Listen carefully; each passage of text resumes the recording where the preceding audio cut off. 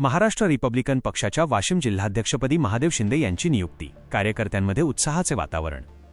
Washim Maharashtra Republican पक्षाच्या ध्येय धोरणांना आणि विचारधारेला समर्पित राहून संपूर्ण जिल्ह्यात पक्ष संघटन मजबूत करण्यासाठी सातत्याने कार्यरत असणारे पक्षाचे खंबीर कार्यकर्ते महादेव शिंदे यांची पक्षाच्या वाशिम जिल्हाध्यक्षपदी अधिकृत निवड करण्यात आली आहे।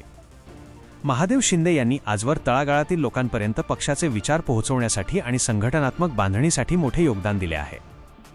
त्यांच्या याच निष्ठेची आणि अविरत कार्याची दखल घेत पक्षश्रेष्ठींनी त्यांच्या खांद्यावर ही मोठी जबाबदारी सोपवली आहे।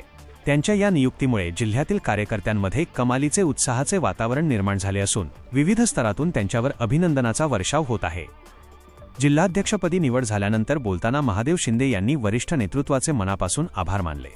ते म्हणाले की पक्षाने माझ्यावर जो विश्वास दाखवला आहे त्याला तडा जाऊ न देता वाशिम जिल्ह्यात महाराष्ट्र रिपब्लिकन पक्षाचे संघटन अधिक मजबूत आणि व्यापक करण्यावर माझा भर असेल।